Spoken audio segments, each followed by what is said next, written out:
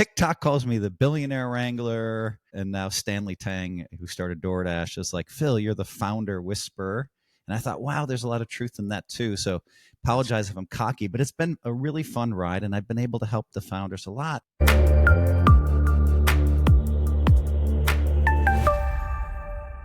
In the greatest of all time tournament poker player discussions, it's amazing today to have the Michael Jordan or the LeBron James of poker. And it depends on how you want to have that conversation with yourself. And despite what kind of reputation he may have garnered in your mind, I'm going to tell you, he's just one of the nicest and smartest guys you're ever going to meet, and one of my favorite people in the poker world. Phil Hellmuth, welcome to SmarterUmedia. Yeah, it's pretty cool, Steve. I'm very proud of you because you came on board with a vision for poker.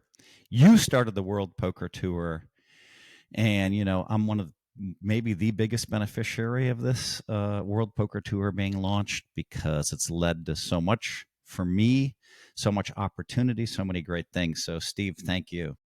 How gracious and kind of you. And I will tell you, how often in life does anyone have a chance to ride the kind of wave that we get to ride, right? Man, you and I ride that wave together. Wasn't always smooth, but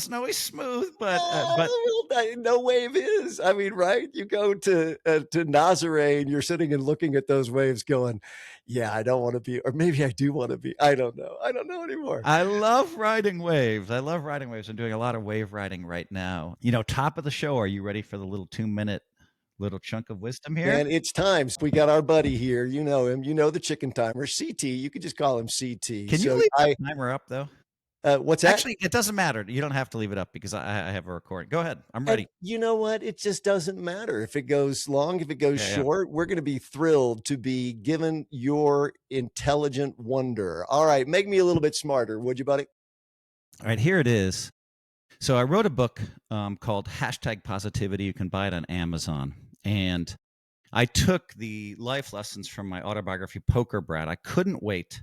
So Poker Brat came out within 9 months. Positivity came out, the book, #Positivity.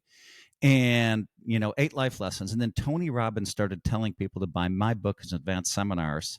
And I was freaking out. And, Tony and I are friends now. But I was just like, oh, my God, Tony believes in me. And so the life lesson for you watching today is very simple. You're always in the right place at the right time. I'm going to prove it to you. We have someone sitting at the dinner table, and they come up with 1, 2, 3, 4, 5, 6, 7, the 8 perfect reasons to start a sports bar. Their dream. Okay, they tell their wife and kids, and they say, Martha, please pass. That's the wife's name. Martha, please pass the peas. Now, that is the sign of resignation, the sign of, I have this great idea, but I'm not going to pursue it. Martha, please pass the peas came from Carl Westcott, Horatio, Alger award winner. Amazing guy, so I incorporated it into my deal. Now the guy next door, 1, 2, 3, 4, 5, 6, 7, 8, the 8 perfect reasons to start a sports bar. It's going to work. But he does one thing differently. He says, all right, mental note, tomorrow on the way home from work, I'm going to stop by my favorite sports bar. That's it. So as he opens the door, you can see, and the front cover of my book, Positivity, is a door that's open. And once he walks through that door, both physically and figuratively, you can see all the doors that exist behind it. And that's how people achieve success today in everywhere, all over the world. They just keep going through doors. So the second door could be, hey, the owner's like, my sons aren't interested in my sports bar. I'm going to take you under my wing. And then there's another door. Hey, I'm going to help you introduce you to the bank. There's another door. And so you keep walking through doors, keep walking forward. And so the life tip, looks like I've run out of time, is you're always in the right place at the right time. Take the first step, kind of 2 of them. That's so brilliant. Everybody is an entrepreneur, whether they start a business or not. We all have this energy, and positivity can't be overestimated. You can't. Well, it's stunning to me that I was with, I advise 36 companies. I was with, every time I leave, every time my deal runs up, they can still call me forever, the founders, because I'm connected to them. And watching them, work really hard, and then they give me an outcome. I buy them a new watch. I'm about to buy Adam Wexler at Prize Picks. I had 1% of the company, who sold for $4.1 billion. Sweet. So I'm buying him like a $54,000 watch. Right now it's about 54, but man, if he asks me for a 100K watch, I'm sending that shit to him. No Love problem. this guy. But I want to say that people out there watching this, I want to follow on a little bit and just say that a lot of people out there are like, oh, America's ruined. America's this, America's that. And I just want to tell you what I'm seeing. I'm seeing a 20 and a 19-year-old. I'm investing in their company. I'm seeing a 22-year-old, STIC, Adam Cohen. I'm invested in his company. I see a 32-year-old who was just at my house who's going to he's going to take data from Whoop and he's going to turn it into your personal trainer. IMG signed with us. That company is called Athos. I see a 26-year-old founder who just blows me away. Like the next Elon Musk, he's building a nuclear reactor, will be up and functioning in June. Isaiah Taylor, the number one nuclear mind in the world, 26 years old. So, folks, there's a ton of opportunity in America to pursue your dream and create a lot of wealth. So don't let all the bullshit get in your way, Give up, man. I mean, Go honestly, for it. I love that. What a message. Oftentimes we think of people who deploy the entrepreneurial spirit as just being people who start from 0 to 1, as Peter Thiel in his book would say. And so they start a business and that's what they do. You are a perfect example. Mimi Rogers was just recently on with us, and she's a Love her. great example of someone who is incredibly entrepreneurial in their lives all the time. Look what you've created. So I'm going to explore the you, which started, good heavens, you and I met way, way back when, just after you had won the World Series, and when 178 players were playing in the biggest poker event in the world, as opposed to tens of thousands as it is now. But you were someone who took what you did and did more things with it. I love your opening the door. Tell me some of that story, because a lot of people that didn't do anything really much more with it won big events and did those things. Yeah, I had a theory that the top 10 poker players in the world could all make billions of dollars. It's very difficult to be a professional poker player, to manage your money, your emotions, everything that's involved. And I always thought to myself, those top 10 could all become billionaires. Now, you might come to me and say, well, 2 of them can't make it because their EQ isn't big enough, right? And then I might buy that argument. But still, I wouldn't be surprised if 7 of the 10 could become billionaires. And so, in some ways, wasting their talent playing poker. Of course, I love poker. Poker's my number one. So I'm I never going to know. say wasting your talent playing poker, but you know what I mean. It's just there's so much money out there. And then proof of concept started to hit as we had a group of guys that built Full Tilt Poker. And as they built Full Tilt Poker, they all kind of billionized on paper. Unfortunately, the government shut that down. But there was kind of like, hey, these guys can make a lot of money, and they just went out and did it. Now we have poker players. I wish I had specific names that could come to my mind quickly. Brian Piccolo, I think, is worth $2 billion. He was a professional poker player, decided to do a business. We have a bunch of people that have left poker. And then kind of the top of that list is a guy who was a professional poker player for 2 years, Steve. And then he went, and I remember the legends telling me about him. Hey, this guy decided poker was a zero-sum game. And he went, he did his thing. Now, I spent some time with him last summer, and this is where I'm horrendous with names. Just give me a second. He ended up becoming one of the richest people in the world. He personally owns like 10% of TikTok, which might be worth 500 billion right now. Unfortunately, let's see. I want to get the name right here. I'm going to take a second during the podcast. Look, we live in the time of information always at our fingertips. So nothing wrong. Nothing wrong with admitting that we don't have it all. We don't need to anymore. Jeff Yaz. So Jeff Yaz. Okay. Yeah. And so, he's worth many billions. He has investments in 2,000 companies.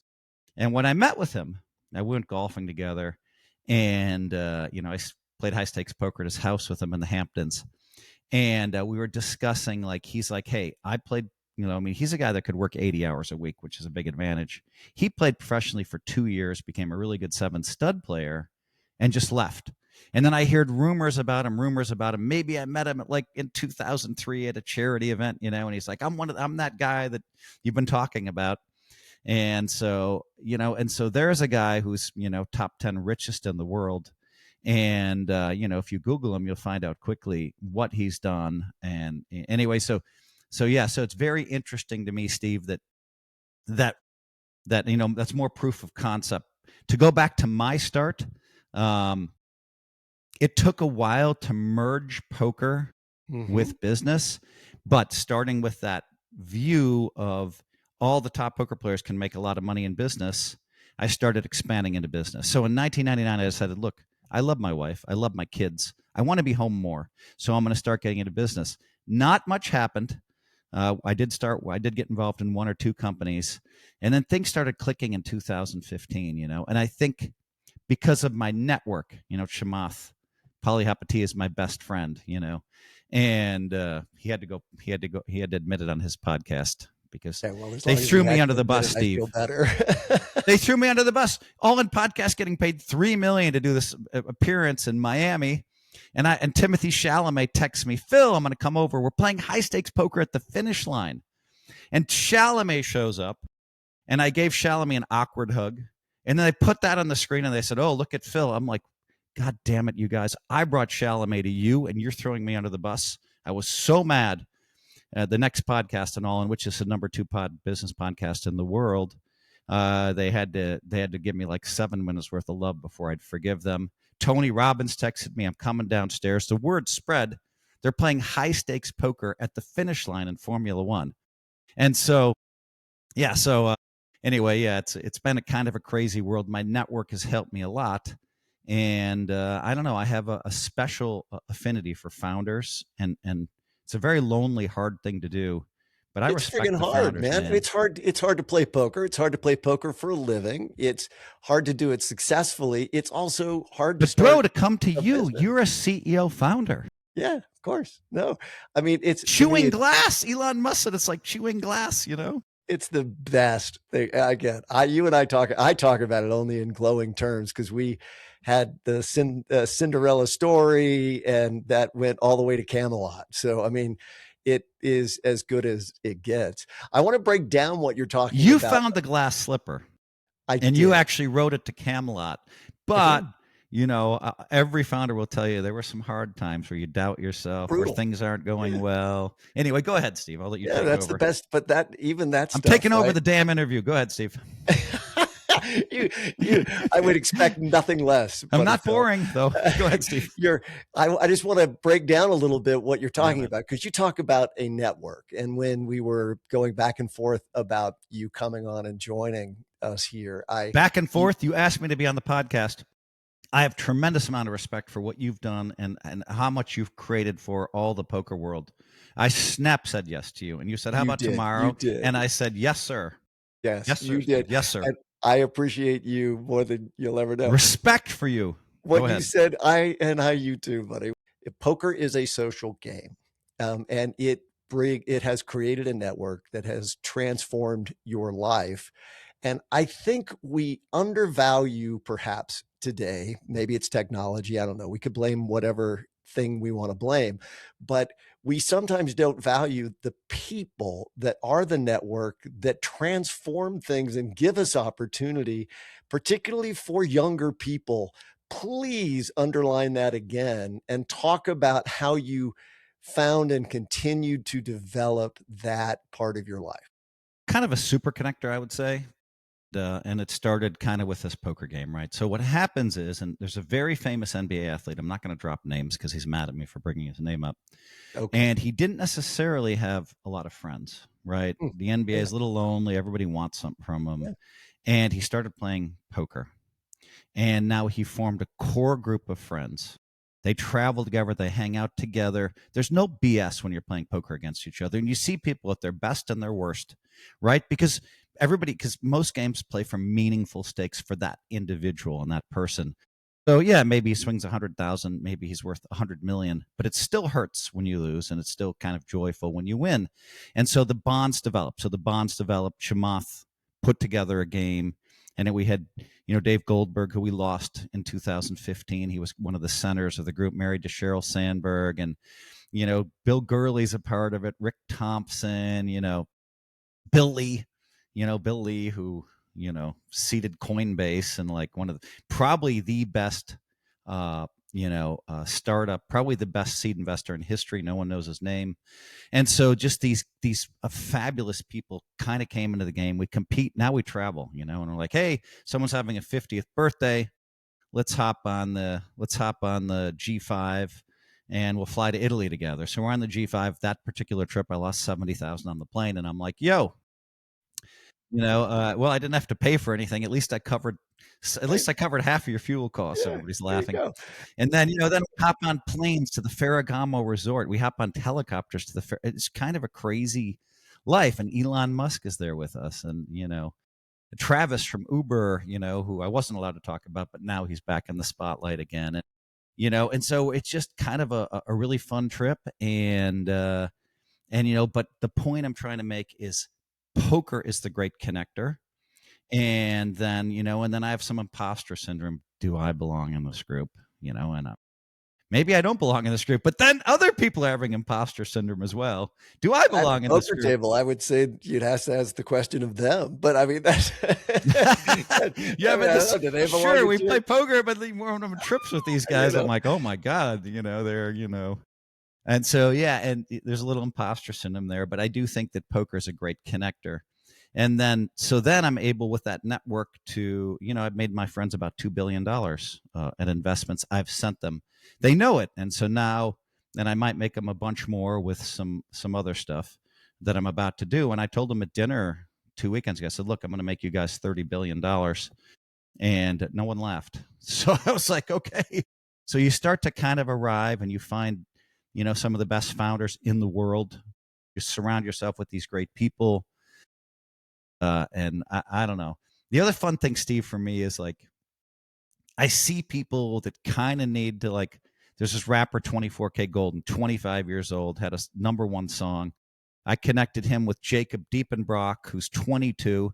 At 21, he raised 10 million. He's up 5x MOIC. Then I connected him with Adam Cohen, who started STIC. He's 22, raising at $500 million. So I connect the three of them one day. I'm like, God, these guys should meet. They're all, and they go out to dinner. And, and so, I mean, like, what's necessarily in that for me, just letting some people find some friends, super successful people that they can hang out with each other. So, and then, then I'm like, when I run into people, I connect people, I do that. Generally speaking, then I started, getting paid for some of those connections, and some I'll just do for free. But poker's a massive connector, Steve. Yeah, and human connection, right? So poker, one of the beautiful things about poker is I find it to be the microcosm. It's the reason we use it as metaphor all over our lives, right? It's the metaphor for life, and people being in rooms together, doing things together in the generic sense are transformative for our lives.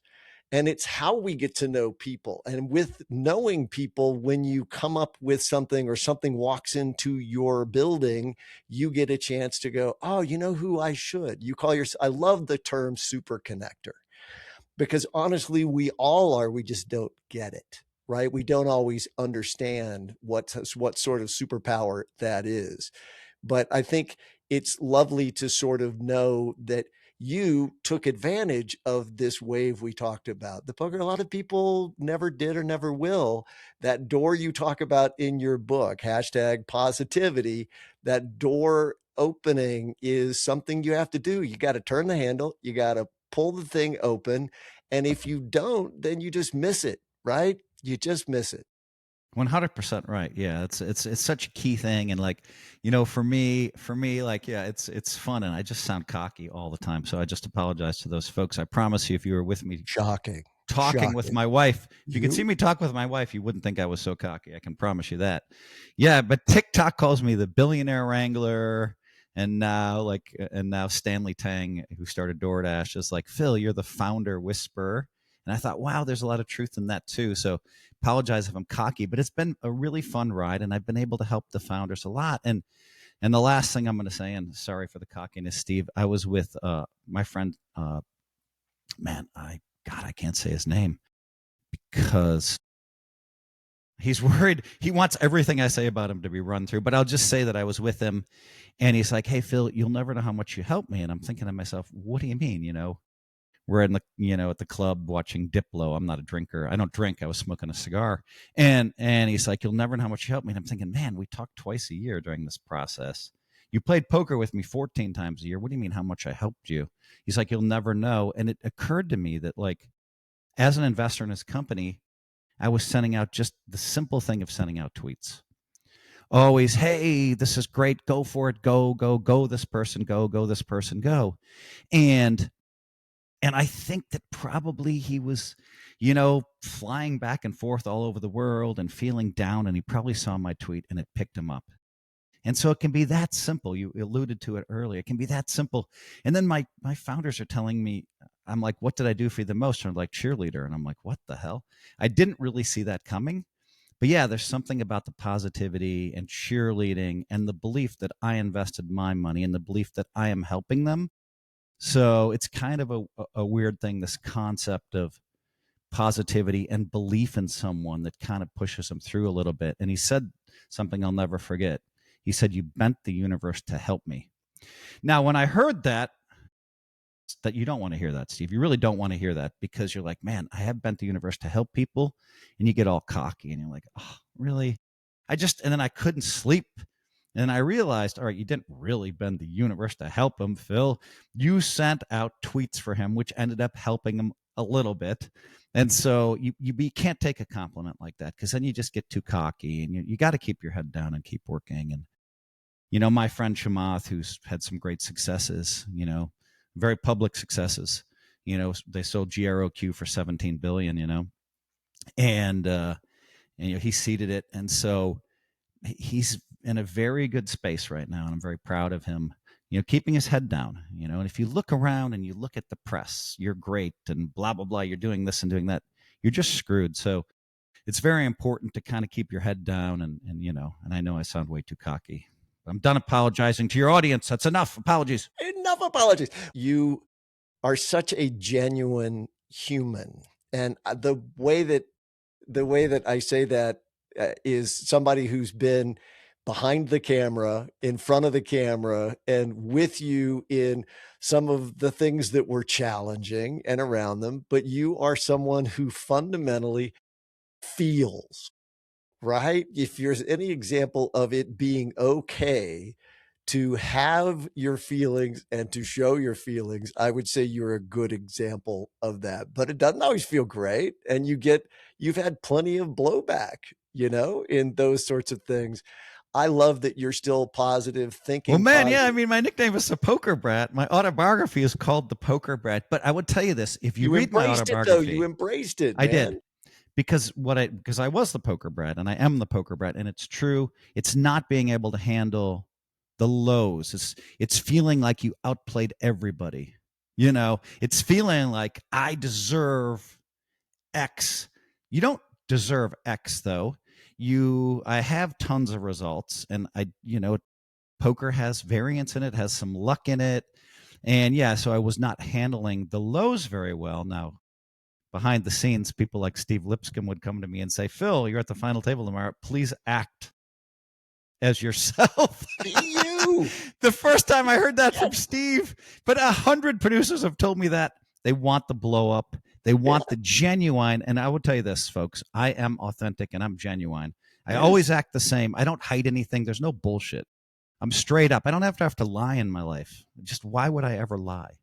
And so, Well, like, I will ask you this though, because I always felt, we came from nothing, right? We came from nowhere. And you know that because you were there. Not many people will ever get it or understand it. You get it. You understand. You're part of the cadre of brothers and sisters who started down that path and transformed what was a US thing into a global, amazing, all over the place thing. In that time, not everybody figured out early on how that could be transformed for their own lives. I felt like you and another Phil Locke, I felt like very early in the equation got it.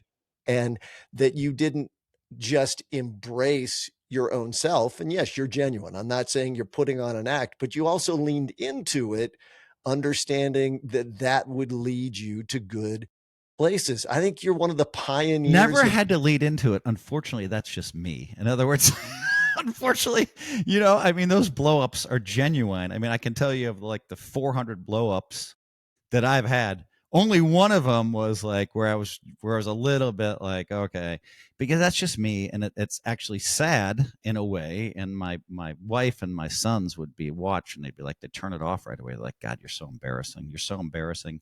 And my wife would say, I don't know that person because she knows someone who's a lot. I don't know if you could ever call me steady, way too much ADD, but yeah. steady in a lot of important ways for her. And so, so she'd be a little bit freaked out. I would say you have an environmental, geographical, interesting component too, because your wife, who has been with you since I've known you, right? And your two sons, all of that lives in Palo Alto. You're in Silicon Valley. That allowed you, as you rose into fame, to have the fortune that came around Silicon Valley. I think being aware that's something too. Yeah, it's true. I mean, I do think that I was very lucky to end up in a very rich environment as far as as far as meeting amazing people, right? Like very successful people that have climbed the top of the mountain. So that was kind of that. I was set up for that a little bit by being here in Palo Alto. And yet I was here since 1994, and it took me 14 years to meet Chamath. And then once I met him, then kind of he assembled the super group. That's all Chamath. And but the power of this group is no one like when we get to the table, we just make fun of each other. I mean, it's very like everybody has 10,000 yes men, but we can make fun of each other. Oh, Phil's a little cocky, so they'll make fun of me. Oh, Chamath's a little cocky, we'll make fun of him. Oh, who's ever a little cocky, we kind of lean into and make fun of. And I think that's also, you're being treated like a normal human being.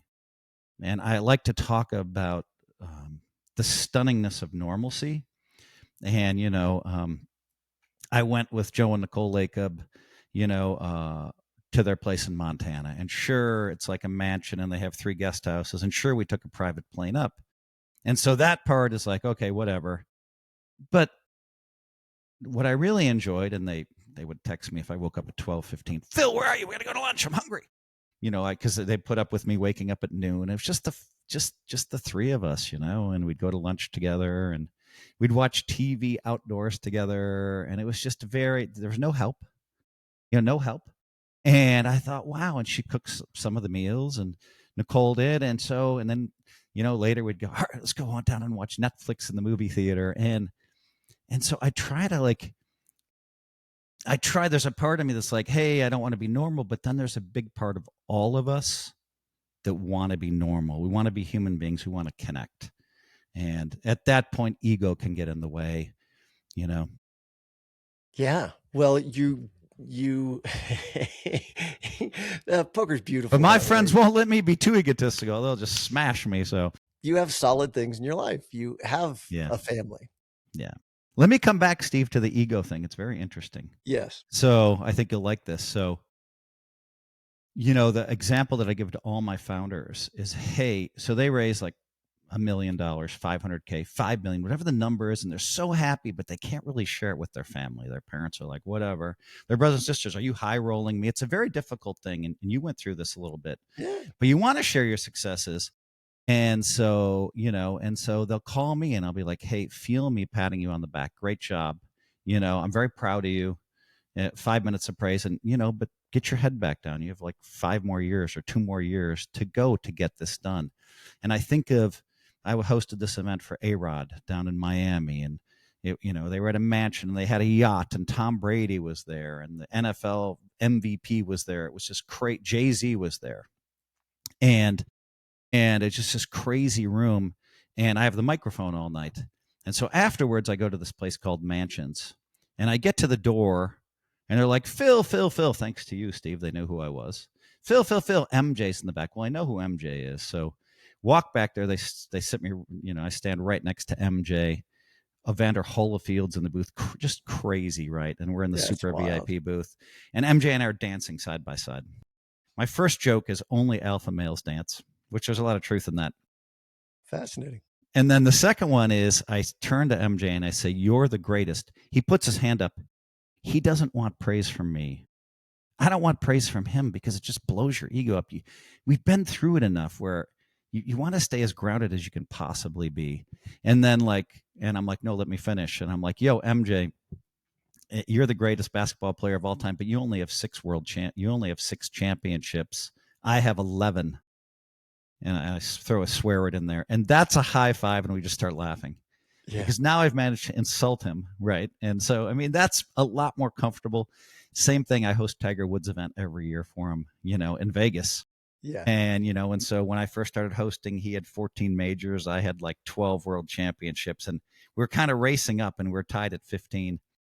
And when I got to 16, he just walked in the room and he's like, "Oh, you're going to be unbearable tonight. You're just going to make fun of me." I'm like, "That's right." That's And right. so now I'm at 17. He's at 15. He won that great Masters, and so yeah, he's like, Phil, but he wants to be teased, of course, and we love it, and we high five, and we'll play high stakes blackjack and smoke cigars. But people much rather we just don't want a lot of praise, and you learn as you get older that praise is very destructive. So that's kind of a message to the people out there that are just starting to achieve a lot of success.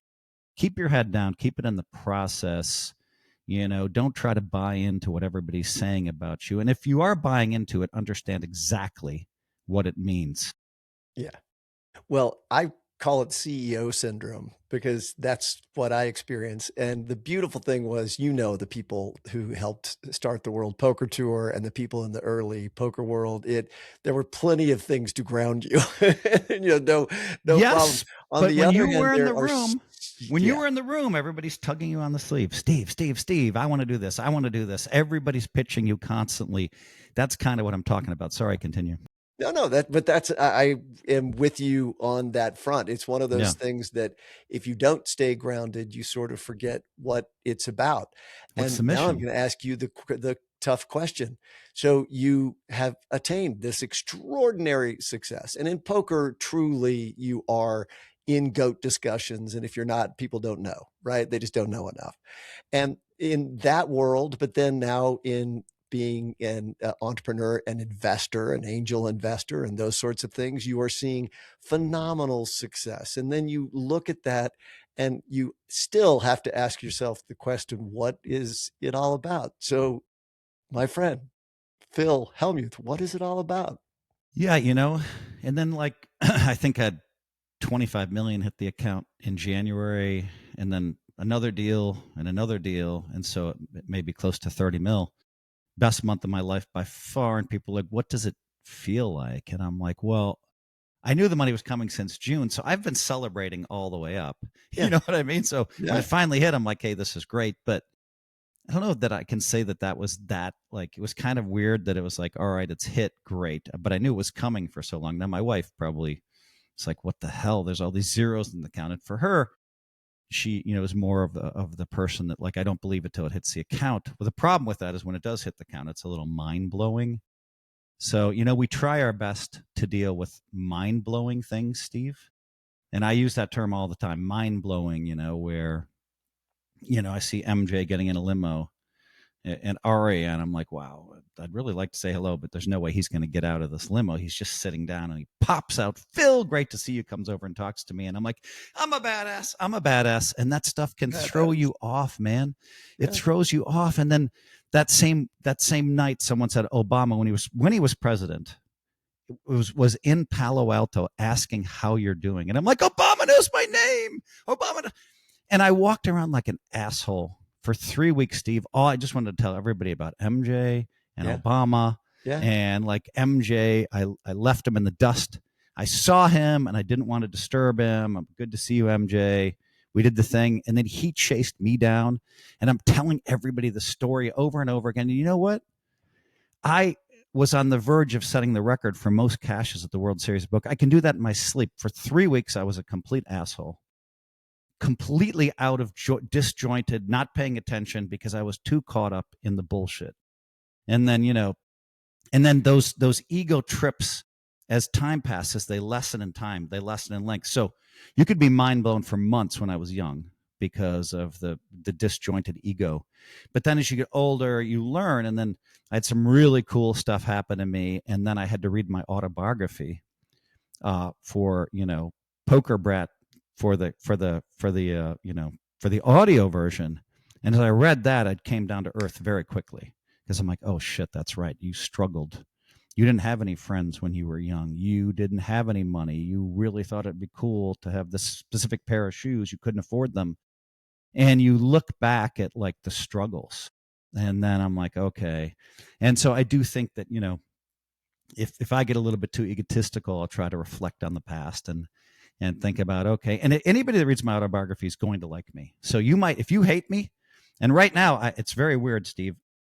It seems like I've never had this much love from the world, not even close. I was set up as the poker brat, and now all of a sudden, after Doyle died, who was the center of the poker world, I had like 2 months later at the series, 28 people came up to me the first day and said, "I love you, Phil." And I'm calling my wife, honey, I can't handle all this. Like, what is going on here? And then we talk about it. Right? It just means that they know you're a good person, Phil, because you don't come up to someone who's a bad person and say, I love you. You can't do it. And so then I'm like, okay. And then it just felt like in December, 2 or 3 people that didn't like me just came up and said, all right, Phil, I now really like you. And so it just feels like I've shown the entire poker world now. They all seem to be behind me finally. And it took a long time. And so I think they probably appreciate the fact that I'm still playing, that I'm still in the game, that I still hold poker up as an ideal. So it's been kind of nice for me to get some genuine love. That doesn't mean they're going to respect me in the way I play, Steve, but I kind of beat them into submission there, right? They're like, oh, Phil can't do anything. Oh, I just want another one. Oh, Phil's not good anymore. Oh, I just want another one. Oh, Phil sucks. Oh, I just want another one. And so you kind of beat them into submission if you can through your play. But somebody like Negreanu, who loves me, who's always loved me, but it looks to the world like it's a love-hate relationship, But I know he loves me, but he never attacked me personally. He attacked the way I was playing poker. But sorry, Yeah. Daniel, I want another one. You attacked me in Well, I mean, 2012. Attacked me sorry, I want another one. there's another guy in the GOAT conversation. So, you got to have a little love, a little hate. I mean, it's got to be competition, or none of the rest of us will be satisfied and happy. Right. I used to think that people tried to cut me down on the knees to stand on my shoulders was the explanation, and they couldn't help themselves. They couldn't help themselves. I get too much press. I don't deserve the amount of press I get, probably, or especially didn't deserve it like 4 or 5 years ago. And so I could see why people would be like, Jesus, I just won this and this and this, and nobody's talking about me, So I understand human nature. I'm going to tell you, as a television producer guy, when we had Phil Hellmuth at a final table, I knew it would break our records for people watching. And that oftentimes was because you were perceived as being the bad boy, the bad guy. I mean, that is great television. And if you look at any great movie, what's your favorite movie? It could be a action movie or anything. And I'm going to tell you that the ones you like the most have a great villain. I mean, they do. Yeah, I believe it. I love those James Bond movies. That 100%. I mean, each and every one. So I'm going to tell you that was something that played very well for you. And as you said, you were not playing a role. You were being you. You were being genuine. And honestly, you were being passionate. And for whatever it's worth, we like that the most. We like that the Thanks, most. Steve. Good, bad, or indifferent. We want somebody to invest in what they do. I'll tell you what I didn't understand, Steve. When I took on the role of the bad guy, I thought the world's going to see that I'm actually a good guy. I've never cheated on my wife. I'm not a drug addict. I'm not an alcoholic. I'm a very good person. I give a lot of money to charity. And I thought, wow, the world's going to see right away. Sure, I'm the bad guy, but they're going to love me. Wrong. Once I took that role, it took till 2024 before everybody's like, okay, Phil's a good guy. And even now, throughout places in the world, people kind of think maybe I'm an asshole. And I'm like, fuck, it's not what I wanted. And I thought it would. I thought the recognition would come quicker that I'm a good guy, but it's been slow, Steve. It's all your fault. It's all my fault, all the good and the bad. I'm happy to take all the blame for all of it, but I love it. I think that your journey's just been so incredible to be a part of, be around. I think it's pretty amazing. Do you remember when we did, and I think it was season 2, I'm not exactly sure, the Bad Boys of Poker I do. I was just thinking about that. show? So we did a Bad Boys Was of that Poker show. Foxwoods? What's that? Was that filmed on the East Coast? For some reason, I thought it was at Bellagio. That was the author's one. I'm not sure. Yeah, the The author's one was served was like on the East Coast somewhere. Yeah, yeah. I'm pretty sure it was at Bellagio, but I'm not sure. Yeah, But the Bad Boys Bellagio. Yeah. I do remember that there was a joke that all of you 6 at the table were going to play. Do you remember this? You were going to play the joke? No. So because that's what happens when you have a great close-knit team like ours. But Robin Motor came to me and she said, I need to let you know they've decided to play a joke on you. And of course, we're putting up the money. Everybody has the exact same starting chips. And you all went all in on the first hand. I do remember that. And you freaked out. You're like, wait a minute. Because I knew it was coming. So I walked out and laughed. But it would be as if what a disaster for you to have everybody get one hand of content for all this money that you put up and all the cameras you had there for the That's exactly right. I thought that was genius and very, very funny. So yeah, the Bad Boys of Poker show went on after the first hand when we had to redistribute all the chips. Right. That's funny. Your distinctions are many, and it's really remarkable to have 17 bracelets is mind-blowing. To make it to 5 World Poker Tour final tables is out of control. You made 3rd at Foxwoods. Do you remember who won that tournament? Oh my God, I remember that tournament. Yeah, I sure do. Hoyt Corkins. Hoyt Corkins. And I'll never forget like the weird bad beat that he put on me. That like it was 100, it was like 200 to 1, and it was just the weirdest hand. It came a 9, a 6, and a deuce. And you guys didn't even, I had a jack and a 9, but it only looked at the 9. And I bet, and he raised, I thought he would raise with nothing. He had a jack and a 7. And the turn was a 7. And he bet again, and the river was a 7. And you guys put it on the screen like 500 to 1 or 800 to 1 or something. He beat me on this hand. And it was just like, and I still hadn't even looked at my second card. And so I just remember just being stunned. And I still remember I've seen that when I had the blue jacket on. I remember that. And it was the first time that you guys said, you came to me behind the scenes and said, Phil, you cannot make a deal. So every World Poker Tour, we could save 100,000. So say first place is 1.5 million, second is like 800, and third is like 500. It was very common throughout poker history to have like 100K save, 200 save. So we'd change it to like 1.1, 900, 700, something like that. So we'd all be a little closer because there's a fair amount of luck at the end of these things. And you came to me before and you said, Phil, no deals, no matter what. And I was like, what the hell? This is a massive prize pool. And I remember how much that hurt. Not only did I get punished financially, and I remember now I won 280,000 for third. It wasn't as much as, and so it was a nice third place finish. And then, but it was just, yeah, that one really hurt. I still, Hoyt Corkins in that tournament was a freight train. He was just going all freight in train every hand. And, I mean, it was when you wait for someone who overplays every hand, yep, that always pays off. Yeah. And hours passed and I just never picked up the hand to stop him. And Hoyt's a great guy and a great poker player, but I was better than him, and but I just couldn't get the cards to prove it. This is why we love poker. This is why we love you. This is why it all works. I mean, I talk an awful lot in entrepreneurial circles about luck and how it is built in to poker. And it's also built into life, but we ignore it and can't talk about it when we're in life. And we should. It's sort of, there's no way you had the greatest things happen in your life without luck. And there's no way you had the worst things happen in your life without the bad luck side. And it's just, you don't control everything. I think you just keep going, right? You I just keep kind going. of, I kind of used to like, I thought of it this way. People would come up to me and say, I was in the right place at the right time.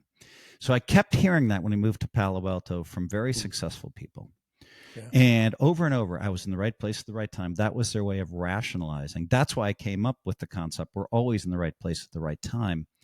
But there's still some luck involved. I mean, like I had Shane Copeland at my house. He was 20 years old and he kept asking me, what's my new business? What's my new business? What's my new business? And I had a little sheet of paper where I was sending him 30,000 for 5% of his company. And he decided after being at my house for about a week, he decided to pursue something to kind of change directions. And I remember that little sheet of paper, and I thought to myself, this couldn't cost me a lot of money. And I didn't send it in. And the next day, oh, the banks are closed. And then another day, oh, I'm not going to send it in. Well, he started Polymarket. So that $30,000 would be worth $800 million today. Now I saw that they had some legal issues come up in the last 2 days. He raised it 18, $16 billion. I had 5%.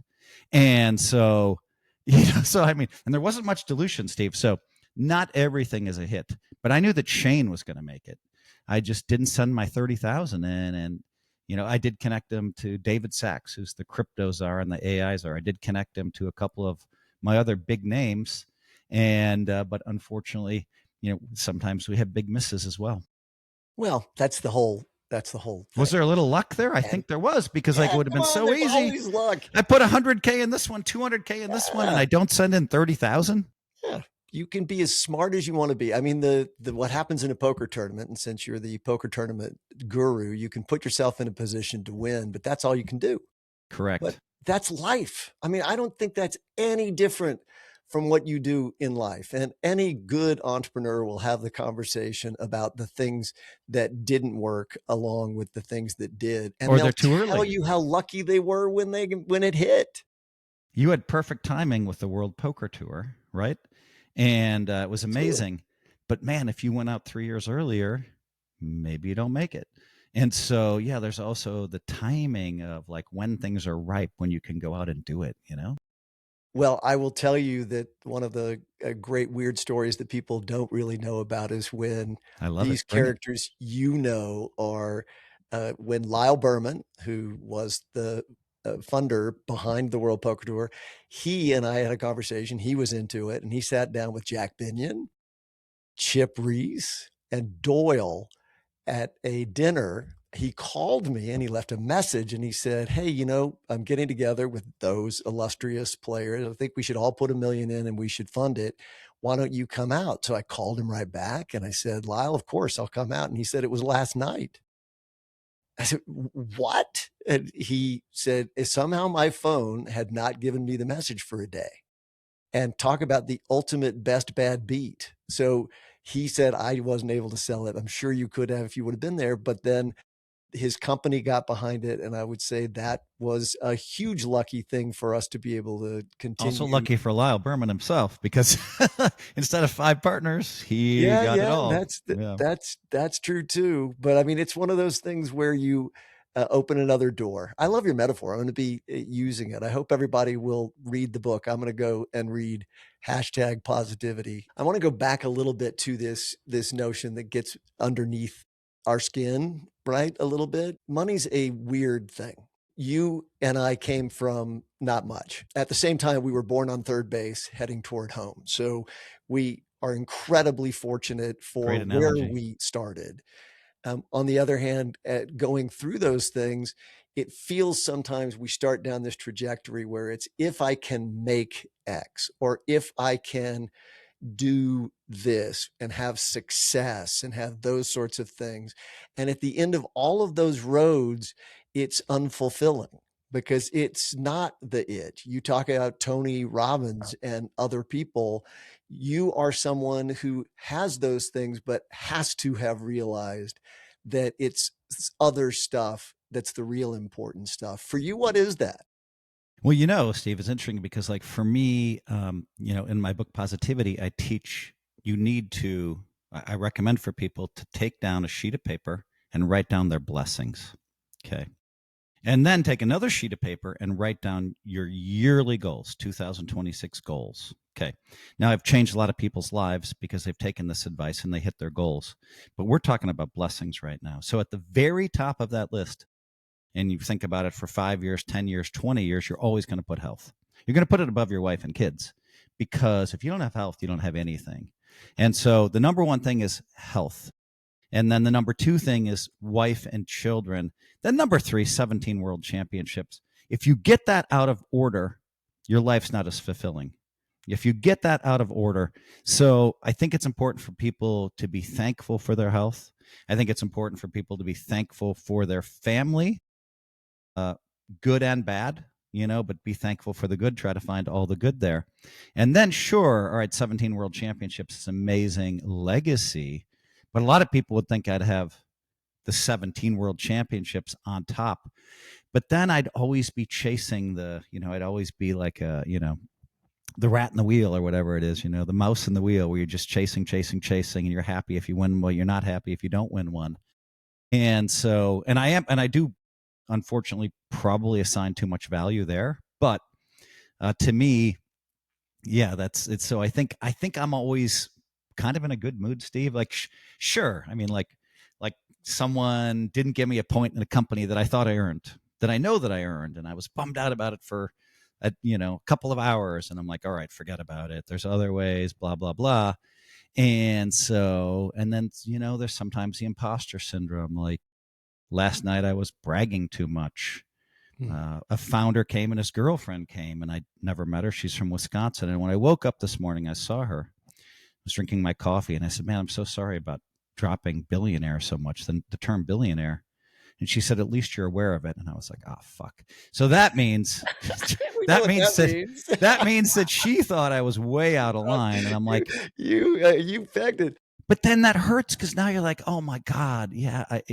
How am I perceived by someone who comes from the Midwest, talking at the height of my bullshit, and then and she's like, well, at least you realized it. I'm like, oh, fuck. So, yes, I did catch that.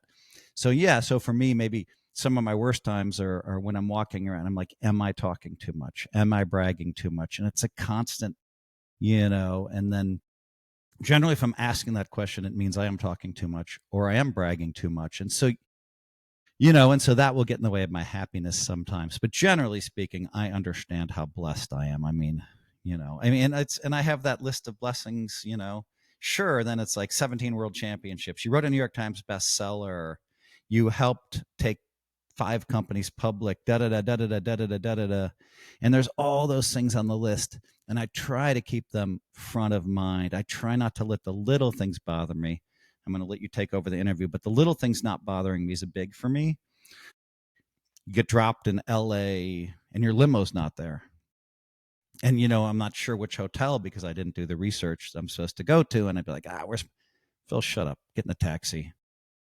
Text your people, find out what hotel you're supposed to be at. Your reservation's going to be there. Shut up and take the limo, or if my wife's upset about something that was like $10 or $20, I'm like, we're not allowed to whine about that stuff. Right now, I've gotten smarter. I'll just listen to her, but because if that's what's bothering her, Yeah, let her do it. But for me, like I try to just let all the little stuff, and we're all humans. You can be walking down the street and someone just jumps in your way and you're like, bah, bah, bah, bah, bah. In your mind, you're like, God, what is, well, that just means if that's bothering me, I'm too tired.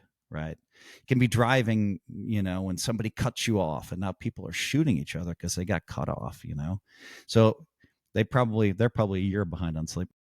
You mentioned giving back. You do a lot of events and things. You talked about the Tiger Woods event, which is with the World Poker Tour, and the foundation has raised a lot of money for that cause and many others.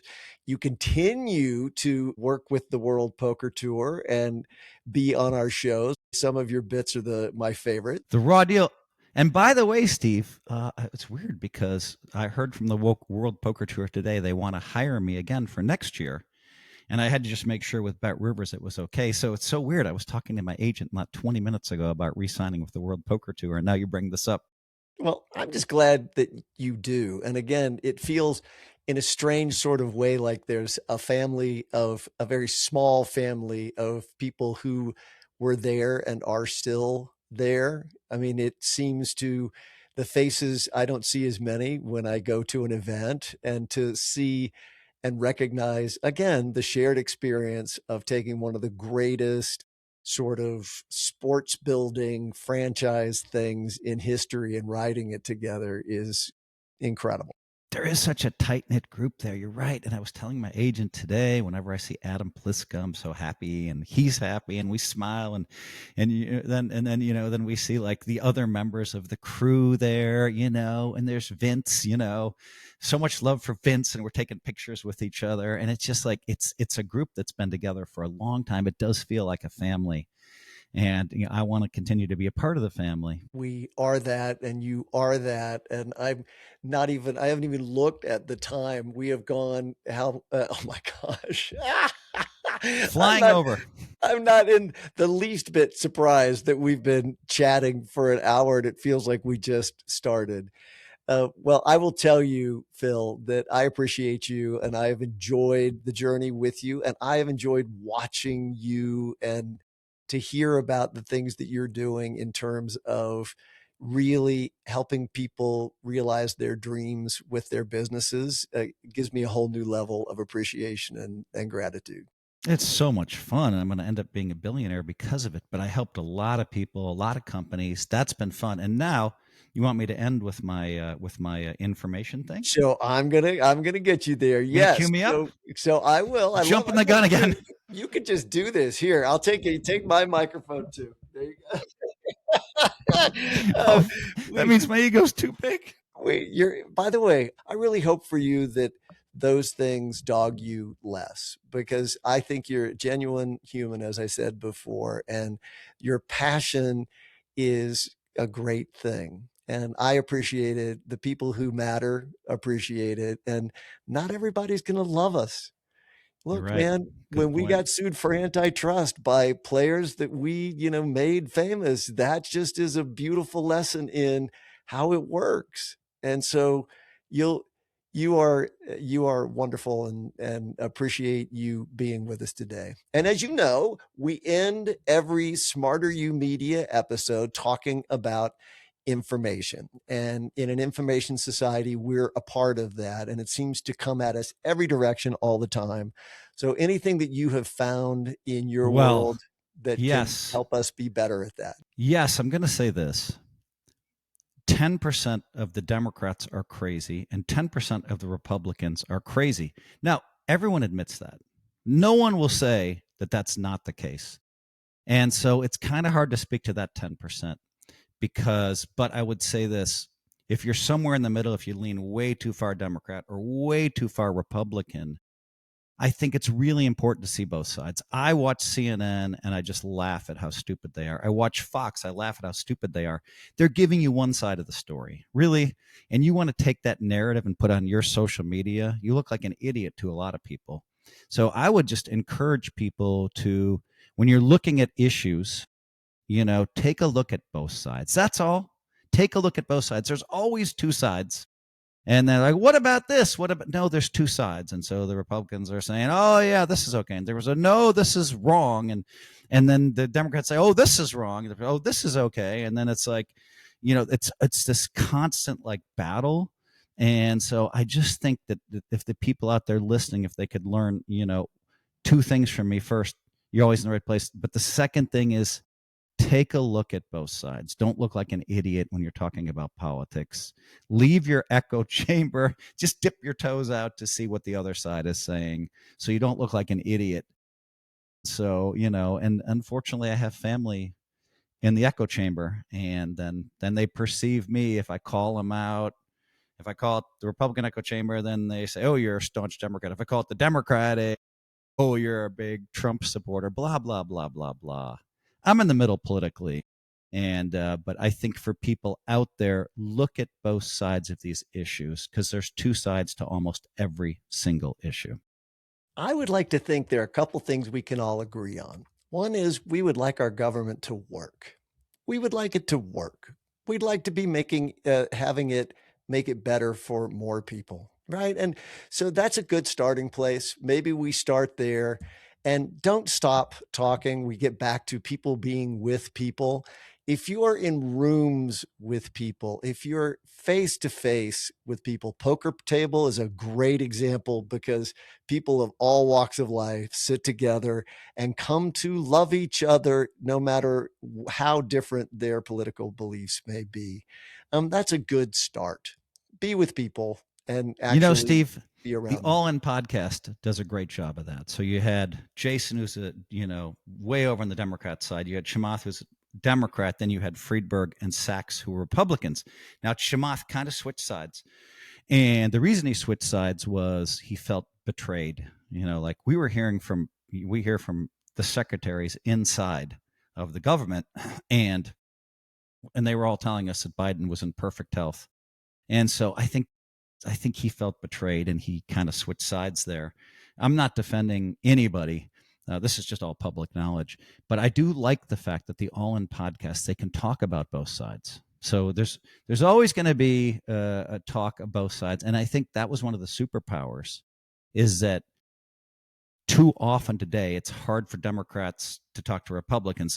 I'm not going to speak to the crazy 10%. They're just going to like whatever. But to everybody else who's like 15% away, who's definitely really on the Democrat or 15% away, definitely really on the Republican, watching people be able to talk issues. All In is a very good place to go.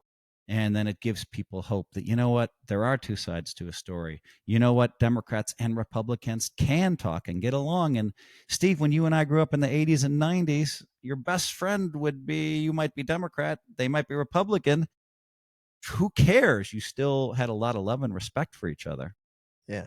Well, may we find our way back to all good things or forward. Forget about Yeah. going back. Forward to good stuff and better stuff. And it's one day at a time. It's like our lives. It's like playing poker. You get up from whatever it was that was the bad beat. And of course, when you get up, you talk a lot about it. But Yeah. you get up and you go through it and you show up the next day because that's how You have life to show works. up the next day. And I would be devastated, for hours after a bad beat. And then I'd send out a tweet and I'm like, oh shit, now I have to say that how blessed I am in the next tweet because I'm whining about a bad beat. And then the cycle, and then all of a sudden you want to complain 10 minutes later, but a half an hour later you have to send it. And then finally just stop sending the bad beat tweet because who cares? Like, do I really want to in that moment? Yeah, sure, you TV producers love it. But do I really want to, in that moment, social media wise, go out there and say, I was so unlucky, blah, blah, blah, blah, blah, to realize, wait a minute, Phil, you're blessed. You try, Steve, it's also very interesting. I think this is one last window into my mind, which is interesting. I was playing in the studio and my business partner, Richard Blankenship, texted me, hey, I'm coming with a billionaire whose son is 19, is a huge fan of yours. And we're coming with the founders of Persona AI. Now, Persona AI is raising at $1 billion. They have robots that weld things, which I think is a great, Cool. track for them. Yeah. And so they come over. I have like 300,000 in chips. I lose them all right away. And I'm a little bit bummed out, but as I stand up, I'm like, the reason I lost those chips is I'm going to make $20 million with Persona AI. By the time I got to my feet, that thought had crossed my mind. And so as I get so I'm looking for doors all the time. We had a great time with them. Now, they were very interested in me. I haven't had time to follow up. This was like 3 weeks ago, so this is on me. But yeah, I could see being able to help them out, and it's just the transition from I lost all my chips to oh wait, this is why, And later that night, I probably regretted the chip loss for 10 or 15 minutes. But Because that's the way it anyway, is. That's the way it is. Poker's weird life vexing. for me. Weird life. It's vexing. What door just opened? Yeah, you absolutely make me giddy. Yeah, it's great to talk to you, Thanks, Phil. Steve. Thank you for joining us on Smarter You. And we always Steve, say see as this? we end, oh, what? I'm going I like can't. this. I'm hitting my heart. Oh, Respect for you, Steve. Respect for you. well, write Respect that and down. love. Yeah, you too, buddy. Thank you so much. We'll see you very, very soon. Bye, everybody.